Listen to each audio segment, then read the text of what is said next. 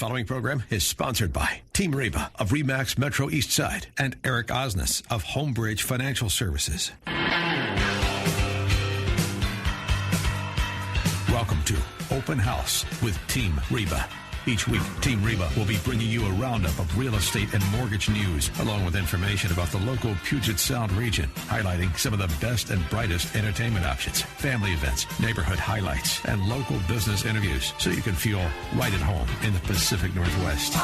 Welcome once again to Open House with Team Reba. I'm Reba Haas of Team Reba, Remax Metro East Side. Happy weekend, and it's Eric Osnes here from Homebridge Financial Home Mortgage. Oh, you're throwing it in early this time. You're mixing it up. Jump on things. We got a lot to talk about today. We do have a lot to talk about, and we have guests today. So we got to make sure that we get through it all. We got to get them all in there, get all the information out there. Squeeze. Lots going on in finance and real estate. Yes, so, there is as so usual, much. The pace of things, COVID aside, it has not relented. Screaming right along. That's right. It has not relented at all. It really hasn't. Nope. Yeah. Nope. I was just looking at a meme, of people laying in bed, and this is what how a doctor I sleeps. wish I This had is time to do that. How a landscaper sleeps, and they get to the loan officer, and it's just an empty bed. It's just a pillow, because they're not sleeping now. I know the feeling. Yeah, I know too. the feeling. I know you're busy like crazy as well. Lots of weekends, even though I work Monday through Friday. Yeah, it's kind of like, I've been saying this for a while since this whole pandemic thing started. There's half of the economy has really not been harmed that much. They're busier if than anything, ever. Some are doing busy. actually even better than before, and then the other half are just getting crushed. Yeah, and it's really almost 50-50. Yeah, when which will be that. a little bit of part of what our guests might talk about. Yeah, absolutely, because that's had a huge impact on nonprofits. Yes. So we do have a nonprofit who's going to be with us today, and then also it's a community with people with certain health risks that are impacted too. Absolutely. So we're going to have a few things to talk about there. Absolutely. But anyhow, before we get there, though, any impact, any crushing going on with rates? Because I know recently they had a little bump up. Where are we today? We're jumping around just a bit. Okay, getting our cardio in. Is that what we're doing? We're getting our cardio. It's definitely affecting the heart rates of certain loan officers. If I have some clients that call me, almost daily, like, where are the rates today? Where are the rates today? And those are your best the friends. ones that I told back in August, lock them in. They're like, they'll go lower. And now they're calling me. It's like crying in their milk. Where are we at today? It's like, well, we're up over 3. Oh my gosh. That sounds like the end of the world. But what is happening right now is the markets are really trying to digest what's going on with election coming up. They're trying to digest what's going on with the stock market, which has been having a pretty good week here. Is there a little indigestion?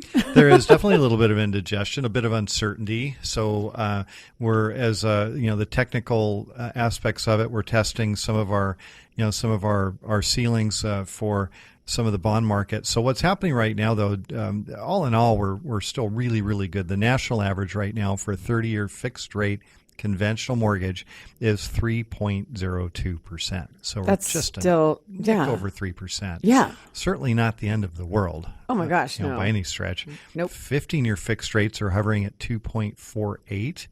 FHA and VA fixed rates, 30-year fixed rates, 2.41. Still amazing. Yep. And jumbo 30-year fixed rates are hovering national average around 3.35. You might be able to find some slightly lower than that as we're seeing more jumbo lenders coming back into the market. Many suspended their operations when COVID hit, or they severely restricted the types of loans they're offering. But we're starting to see some of those come back into the marketplace here as well. Okay. So not too shabby. Yes. If you ask me. Yeah. Well, no, I'm glad to see the jumbos still being pretty low, because that price point around here where people get into the high, above the high conventional rates. Right. It's still a busy. Well, there's a big jump there. Market. Right. So in King, Pierce, Snohomish counties, the maximum conventional, what we call conforming rate loan amount is $741,750. That's the loan amount, right? And you can buy a new home with 5% down up to that loan amount. When you jump above that loan amount, though, then your down payment goes up, and the minimum is going to be 10% down for a very, very few number of lenders. Most are going to be 15 to 20% down or more. when you get up into that jumbo category. And the underwriting guidelines and things change significantly as well. They're much, much more restrictive when you're above that 741, 750. But that number is important because it changes every year. Yes, it does. On Black Friday. I was going to say, I thought it was coming up. So we have a few weeks. Yeah, not too far away. Yeah. But usually it's give or take a I say a a day few, or two. I mean, it's over a month. But it's typically that Friday, after Thanksgiving that the new numbers are announced. There is a formula to it. It's 120% of the median home price for the area, for your statistical metropolitan area. And so right now, 741, 750.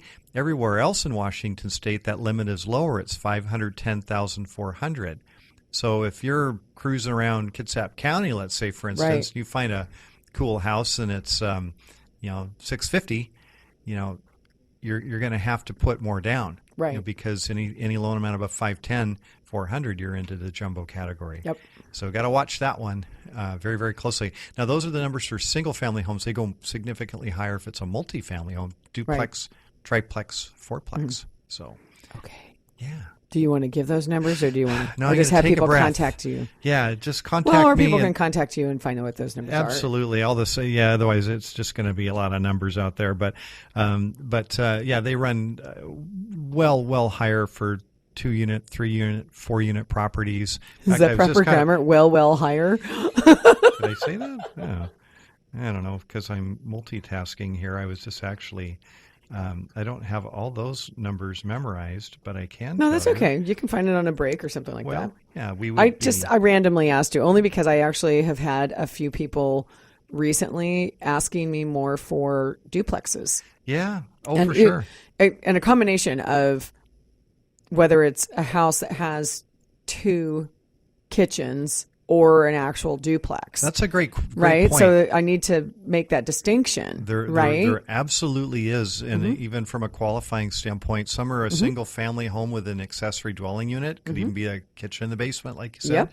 Others are zoned as a legal duplex. Right. And I have a couple of clients who are very specifically looking for either of those. And so we need to make sure that their lending is set up correctly. Well, very, very important.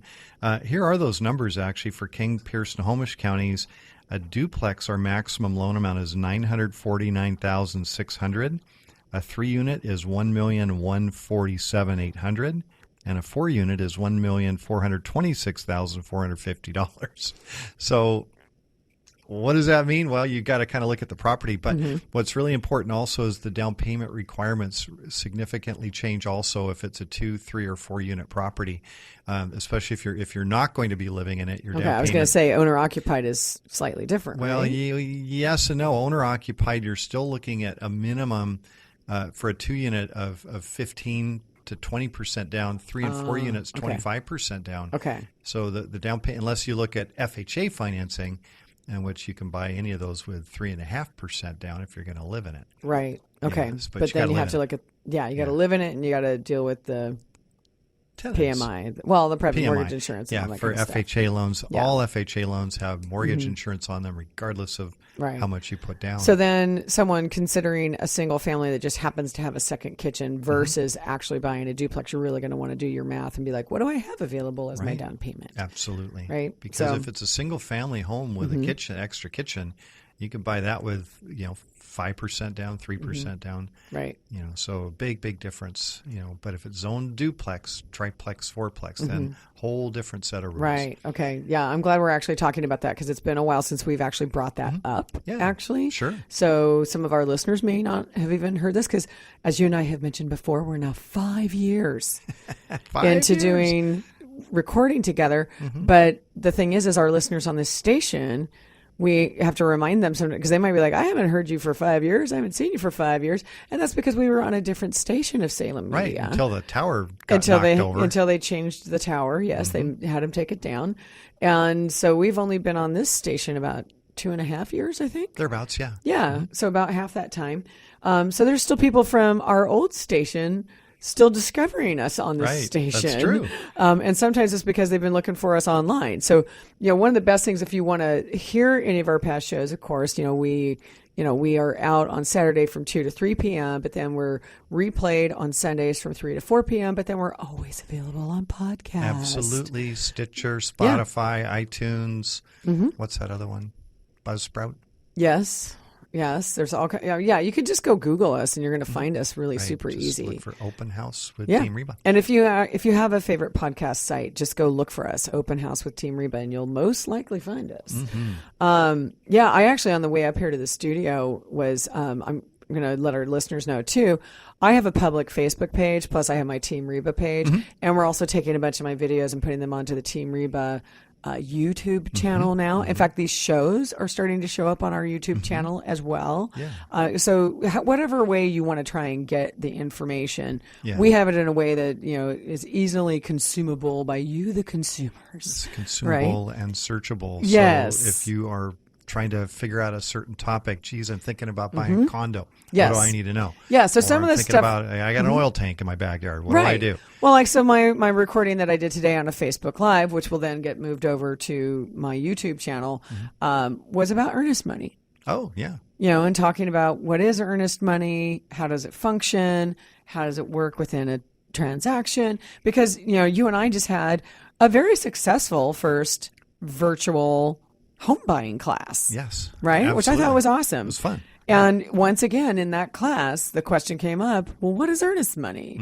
And is it money above and beyond what you spend? So I ended up doing a Facebook Live around it that we can then send to people later on, or people can find me on my public Facebook page kind of thing. So anyhow. Yeah, a lot of folks think that earnest money is an extra fee. And it's not. It's just a deposit. It's not. And I explained that, kind of what the typical amounts are by a percentage, and then also kind of the risks inherent and kind of how it's being used in today's marketplace.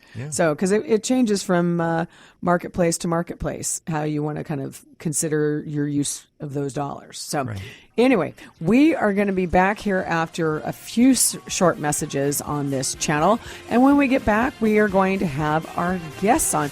And there's so many of them. I'm not going to try and fit all their names in here right now, but just know we're going to have some pretty interesting guests, and we'll be talking about the American Cancer Society today. Back in just a moment on Open House with Team Reba. Open House with Team Reba on AM 1590. The Answer.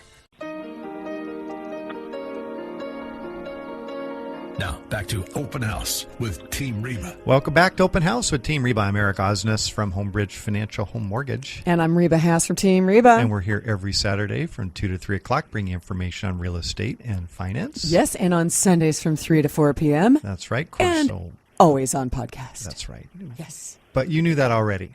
Spotify, Stitcher, iTunes, all that good stuff. We hope they knew that already. They could have just been coming into this segment. They don't know. Absolutely. But you know what? We're not always just talking about real estate and finance either. We always like to highlight things that are going on in the community and also to focus on nonprofits because we like to give back. Absolutely. Yeah, we love giving back. A strong community is a good community. It's one people want to live in. Absolutely. And with COVID hitting and everything, it's been a particularly tough season on almost all nonprofits. Yes. Who rely on functions and events and things like that to raise the money they need for their critical services. So thank you for listening in. And today we'd love to highlight the American Cancer Society. Yes, which of course has personal connection, I know, for myself. Well, to many people out there. Yeah, Absolutely. Lots of people, unfortunately, in my family have gone through cancer, and as have I. So, so we're happy to have Victoria Doe, who is the Senior Community Development Manager from American Cancer Society, with us. Victoria, hello, and thanks for being on today. Hi, Reba. Hi, Eric. Thank you so much for having us on today. Yeah, absolutely. So let our listeners know a little bit about what it is that you do as a Senior Community Development Manager. Definitely. So I am really grateful. I have a wonderful job where I get to connect with community members and empower community members to volunteer with us and help raise funds to support life-saving research and programs to help cancer patients. It's wonderful, and kind of like you mentioned, Reba, cancer has also touched my life real personally, and so working in this field and getting to do this work every day and raise more money and get closer to a world without cancer, it's it's so wonderful and such an honor to be able to do this work. Now, how long have you been with this organization?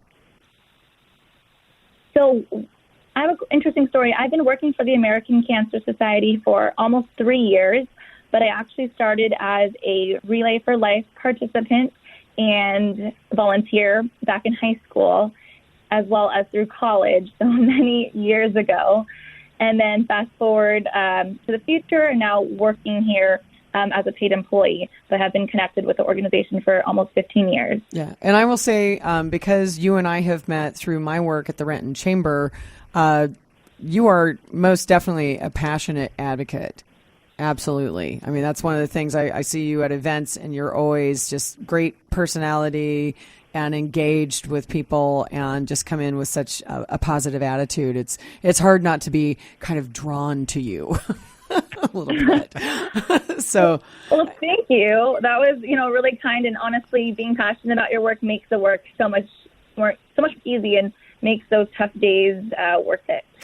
Eric and I both understand that. We know all about that. Our jobs. So, Victoria, can you for those that aren't really quite aware, can you tell us a little bit about American Cancer Society and kind of what you do and where the money goes and what it goes towards locally here, especially?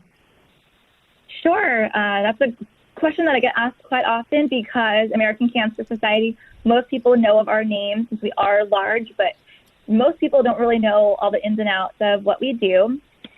So we are the second largest funder of cancer research, right behind the U.S. government. And that is our focus, research. That's what's getting us closer to finding better cures, catching things earlier. So research is our focus.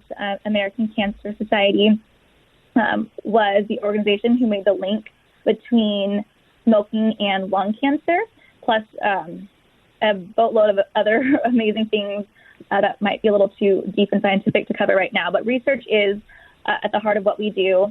But on the other side, we also provide programs to help cancer patients and their families, things such as free lodging for families coming to town to get treatment, as well as free rides to treatment as well, since that is one of the largest barriers of cancer patients getting to treatments and getting better. So that's just a couple of the different programs that we fund.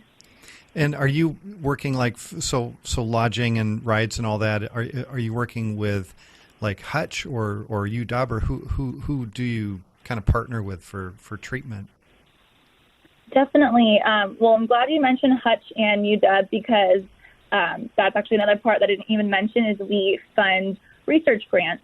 So both the Hutch and UW are the largest research organizations locally that we help fund researchers, and ACS is really known for funding new, innovative researchers who are early in their career, and some of them have found amazing kind of links that have basically helped people live longer after cancer diagnosis. So we partner with them for the research side. As for lodging and our rides, those are large programs that we have. This year, things have, as we all know, have taken quite a turn with COVID, and we had temporarily suspended some of those programs that we offer because of the health and safety logistics.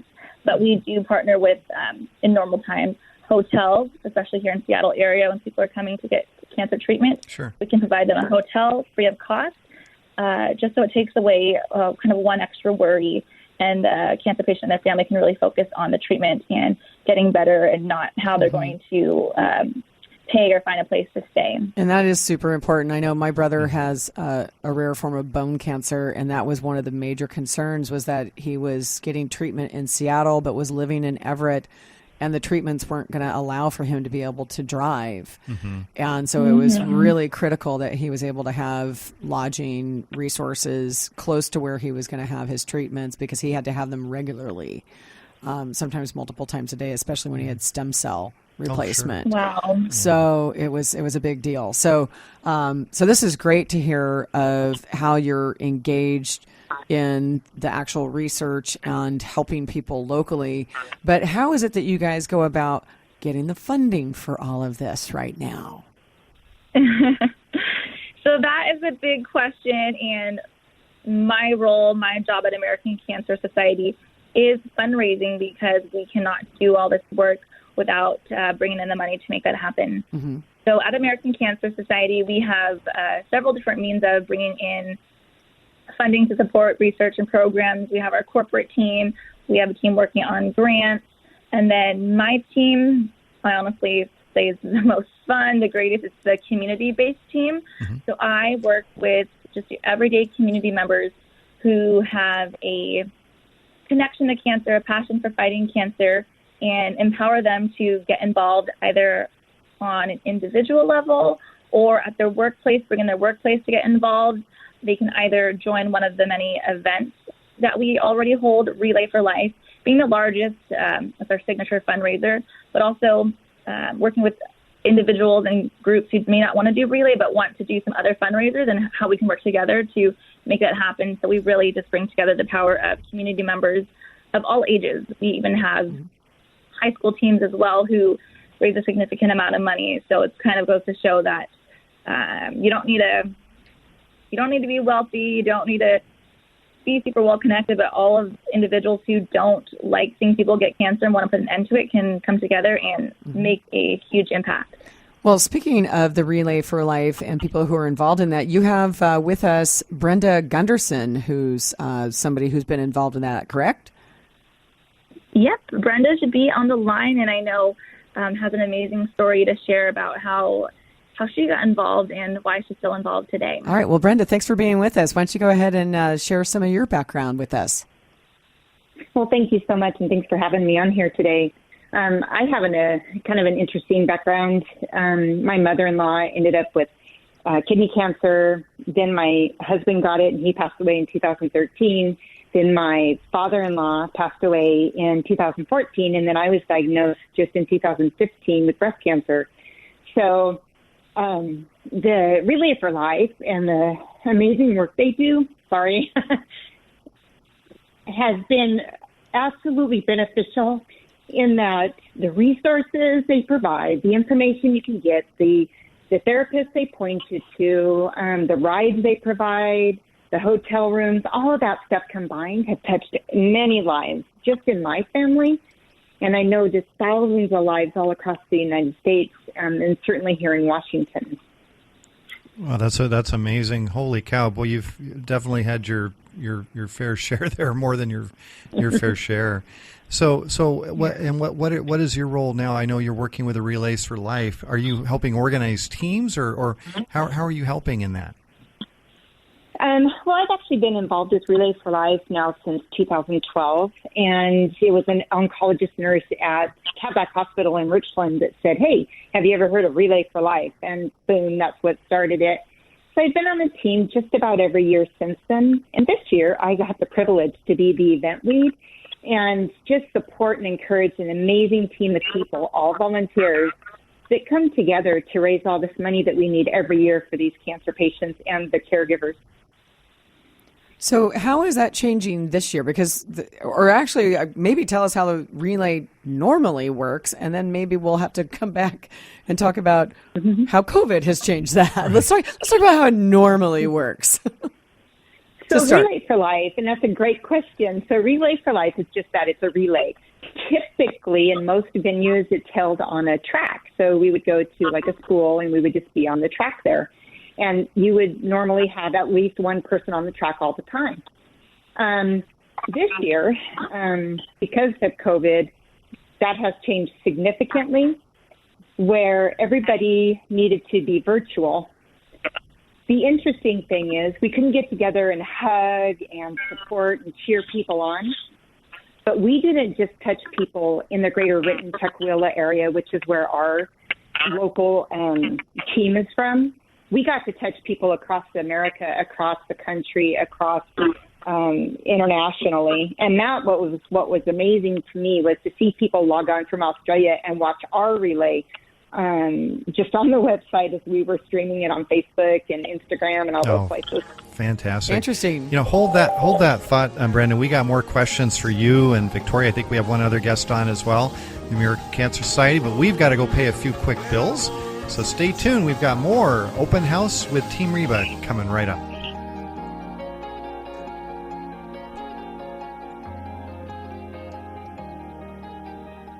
Open House with Team Reba on AM 1590. The Answer.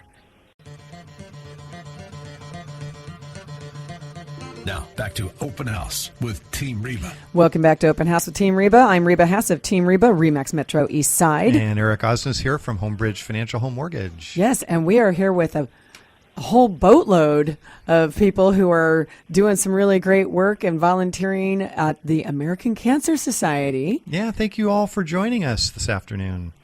So we had Victoria Doso, Senior Development Manager for American Cancer Society. But just now talking with Brenda Gunderson, who's a team lead with the Relay for Life. And a survivor. And wow, what a story, Brenda. And it's so wonderful that you're involved with this. And obviously, I can tell you've got the passion for it. Yes.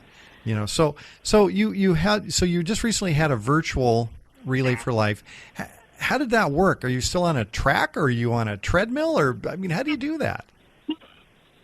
That's a great question. Thank you for asking that. Well, it was an amazing team that put together, and we did a pre-recorded video. We had Family Feud that we played, and we did some things to try to keep people really into the live event as it was happening, and because we couldn't walk around the track.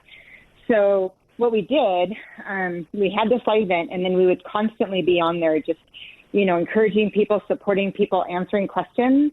The most important thing we needed was donations, right? Mm-hmm. So the American Cancer Society, Relay for Life, we cannot research or help people unless we have the funds. And this year, due to COVID, from what I understand, the American Cancer Society is short about $200 million. So, wow. We haven't been able to hold our live events. Right. Everything that we do every year, our golf tournaments and everything that we do, we can't do. So we have to find other ways to do that. So our most important is just what we're doing like today is getting on and saying, you can go to relayforlife.org and you can go, just scroll down a little bit, you put in your zip code, you can find your local event, you can find your local website, you can donate to a person or team that you know, or just donate in general, because every dollar counts. And if I wanted to set up my own relay, how would I go about that? Is that something that can be done? Well, first tell him he needs to get a treadmill. Who says I don't? He needs to do his on a treadmill. I can get on my bike. Right. Sorry. Well, if there's a location that has not been identified as having a relay, then we certainly need them, and we need them more and more and more. And you can be a participant. You can be a team lead, have a team captain, have your own team and people underneath you raising money as well. You can be on the committee itself and the event lead. And there's also the possibility of starting your own community Relay for Life. Okay, excellent. You just get a hold of Victoria. All right. And I just went online. I just typed that in, relayforlife.org, and find a relay event near me. I just kind of punched in the south end area. I see Relay for Life of SeaTac Airport, King County, Seattle University, my alma mater, University of Washington. So that's awesome. So you can pretty much pick groups that you're interested in and join up. So, Victoria, I understand you have one other guest with us this afternoon. Yes, we do. Eva Clark is one of our newer Relay for Life volunteers. She's a high school student, and we wanted her to be on the show as well, just to kind of show she was brand new this year to getting involved, and she joined our volunteer committee. And I know she joined during such a weird year for sure. But it kind of goes to show that our organization, we're really proud to be volunteer-driven. All of these Relay for Life events that we talk about are put on by community volunteers of all ages. So I wanted Eva to have an opportunity to share her story about how she got involved with our organization. Well, welcome, awesome. Eva. Welcome, Eva, yeah. I became involved with this organization shortly after my grandfather passed away due to an esophageal cancer that resisted treatment. Very soon after that, I was accepted into the Honor Society at the middle school I was attending. And one of the requirements to be a part of the Honor Society was that we had to complete 15 hours of community service. Mm-hmm. And I immediately knew that I wanted to volunteer with the American Cancer Society. So I looked all over the place on a bunch of different websites, but I couldn't find any volunteer openings that suited my abilities and where I was located until I was in a TA class and I had finished all of my grading work. And so I was looking on volunteermatch.org and I found a advert to participate in organizing a Pause for a Cause event. And it seemed perfect. So I reached out and Victoria replied and invited me to come to a meeting. And I went that night, I believe. Fantastic. So you just jumped right in. Yeah, I love your go-get-'em attitude. That's now, wonderful. Can I ask what high school you go to?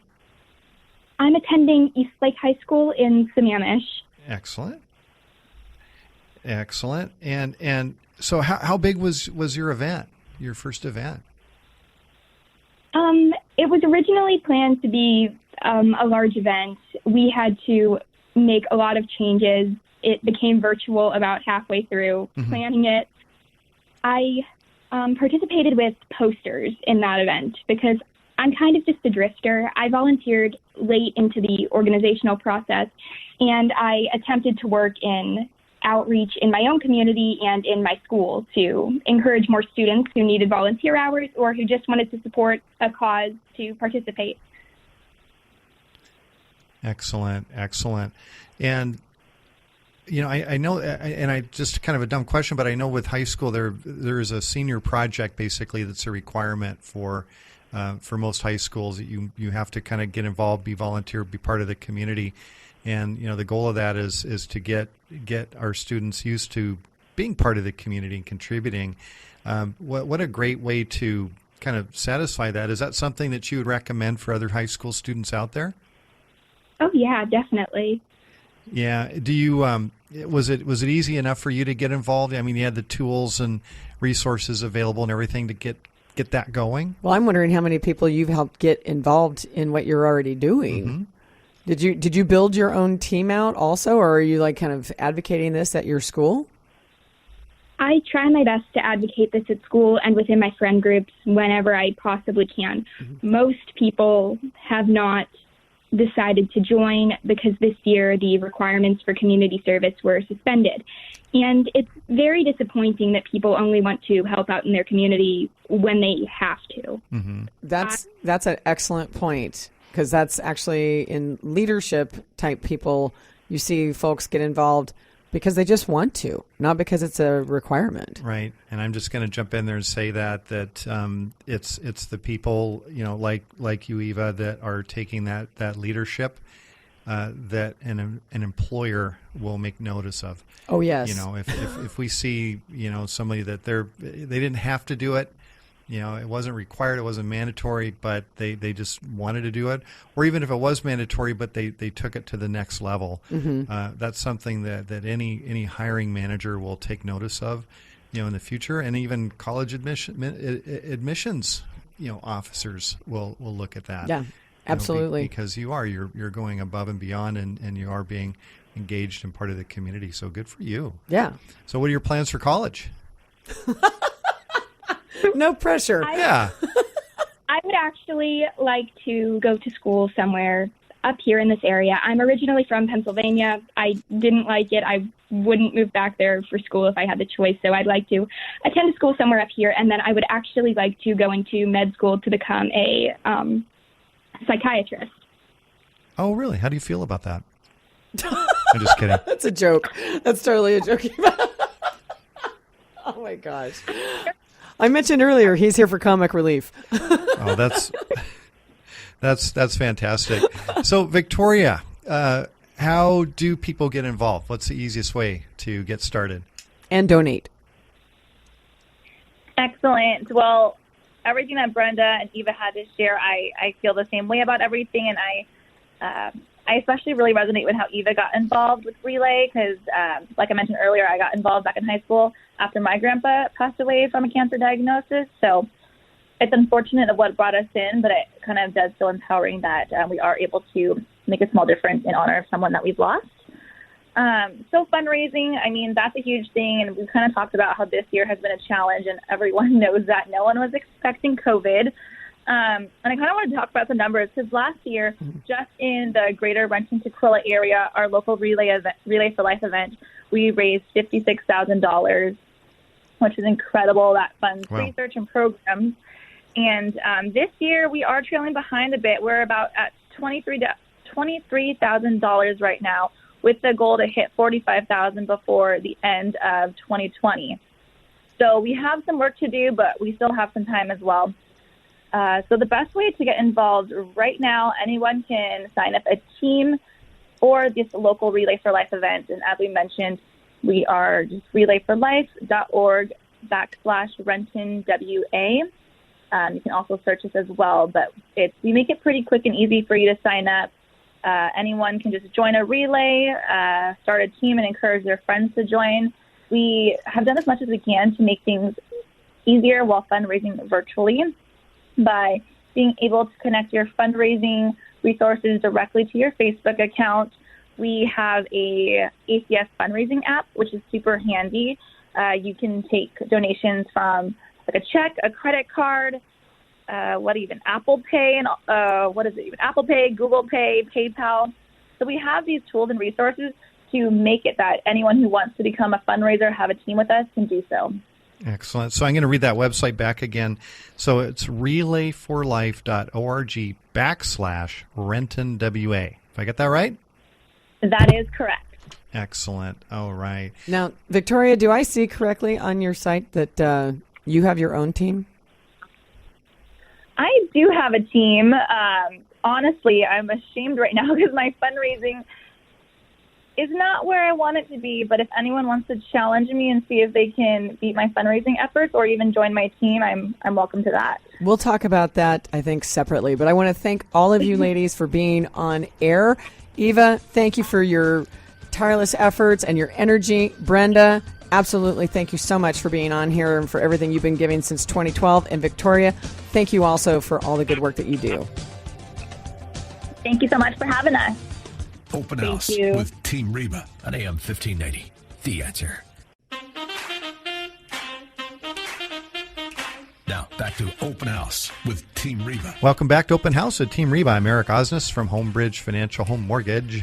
And I'm Reba Haas from Team Reba, snapping it up over here. There you go. Thanks for listening in today. Yes, thanks for spending your valuable time listening to our show. And we hope you got some really good feels out of the American Cancer Society ladies that we just had on. I like to have them on. You know, everybody's been touched by cancer. It seems like everybody I know in some way or another. And numerous times in my family. You know, it's so easy to just sort of not think about you know, what goes behind these cures and things until you're all of a sudden thrust into it. Exactly. But because it's always there. Yeah, that's right. COVID aside, whether it touches you or not, it's always there. Right. That research is just invaluable. Can I just tell you how much I adored Eva's spunk?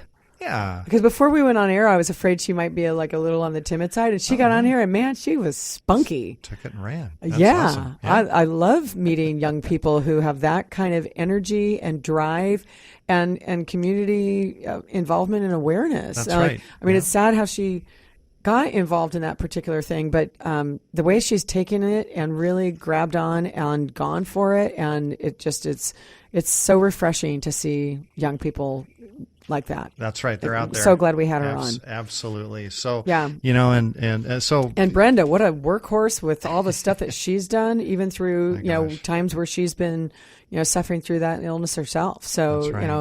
I can't say how much I appreciate what they're doing enough. For sure. Yeah. For sure. Yeah. Well. So, anyhow, you wanted to bring up kind of a race. Not the relay.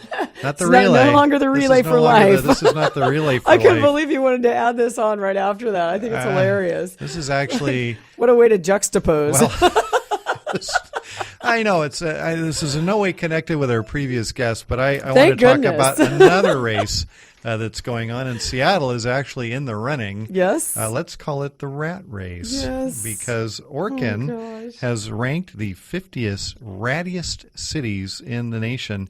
These are as of August 31st of this year. Okay, explain what they mean by that. Well, these are the cities where they've had the most calls for rat treatment. Yep. And they rank them. Mm-hmm. And drum roll, Seattle, we are not on the top 5 or anything, but we are number 12 in the nation as the 12th rattiest city in the nation. Number 1, what's your guess? New York. Ooh, you're close. Chicago. How am I close? Those are completely far away from each other. New York's number 3. Yeah. Okay. It goes Chicago, Los Angeles. Now, Los Angeles, no surprise there. LA, I listen to like Dr. Drew talking from times about some of the illnesses out there that are really kind of getting grown by the homeless problem. And the rat infestation is off the charts. Well, and the weather there is mild enough. Conducive. But also you have a lot of restaurants that are closed now. And so the rats are looking for other sources for food. Oh, ew! So they're cruising. They're on the move. And kind of running down Chicago. Los I hope nobody's Angeles. having lunch while they were listening to this part of the show. Yeah, New York, Washington D.C., San Francisco number 5, Detroit number 6, Philadelphia number 7, Baltimore, Denver, Minneapolis, Cleveland, Seattle. We're right below Cleveland. Anyway. I'm curious if you break down, because most of those at the very top also are the most populated. They are. So it's kind of like almost as the populace is there, the rats are in similar abundance. I suppose you could say that. There's a few that are below us, though, like below Seattle goes Boston, Atlanta, Indianapolis, Dallas, Pittsburgh, San Diego, Miami. One of the best ones, actually, number 50 on the list, is West Palm Beach, Florida. So, I don't know. Yeah. But some cities are largely. There's a lot of tourists there. Maybe there's a lot of junk thrown around or something. I don't know. It could be.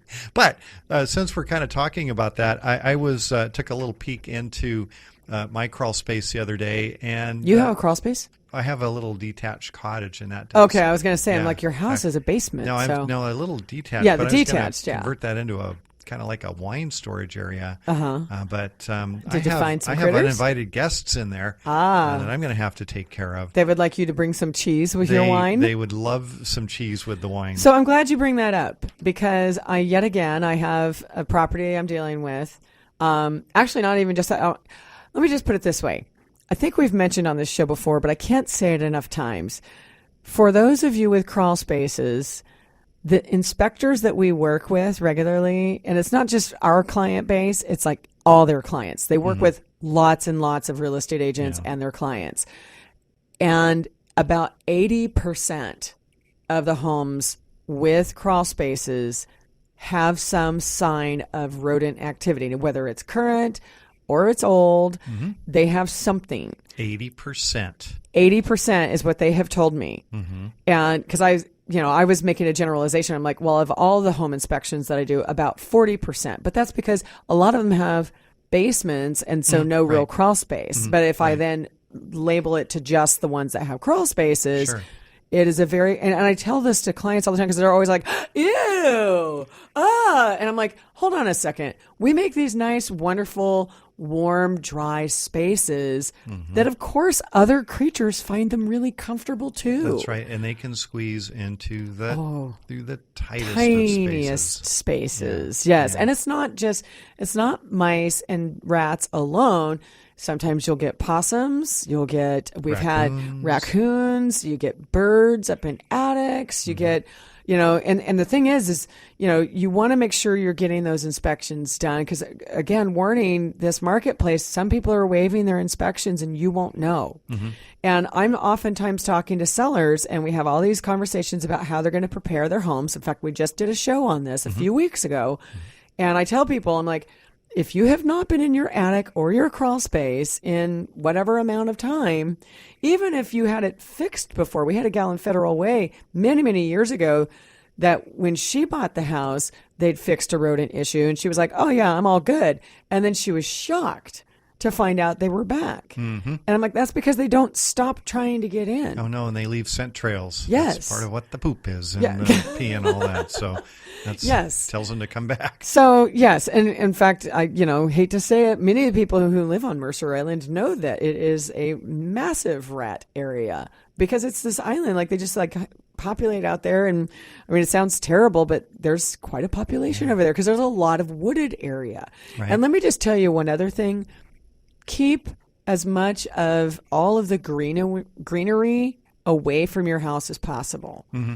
Because, one, it's a great way for them to crawl up and get on. Yes, absolutely. Ivy is a perfect nest for these things. Mm-hmm. And if you have it growing all around your house, I mean, first of all, it's an invasive species here. Right. Whoever introduced English ivy to this area, I just want to punch them in the throat. I know.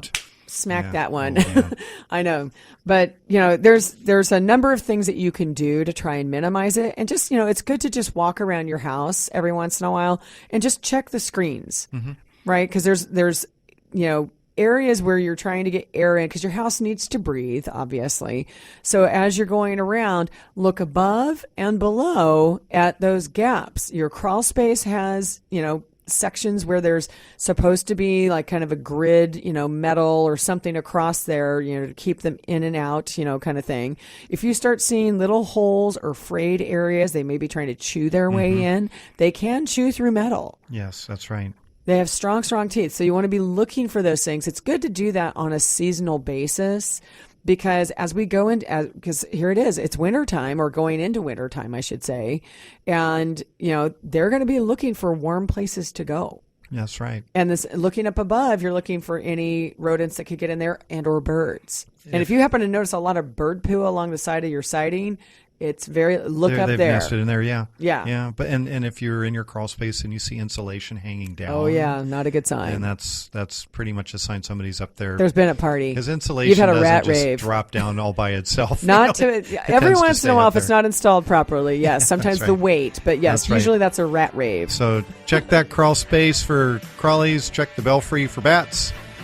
And have a great rest of your weekend. And if you're doing something kind, get on to the American Cancer Society and donate. That's right. Thanks, y'all, for listening. Hope you had a great rest of your weekend. We'll see you next week, Saturday at 2 o'clock. Open House with Team Reba. Thank you for listening to Open House with Team Reba. To contact us, visit Team Reba at RE/MAX Metro Eastside on Facebook or email info@teamreba.com. Join us again next Saturday afternoon at 2 for more Open House with Team Reba here on AM 1590. The Answer.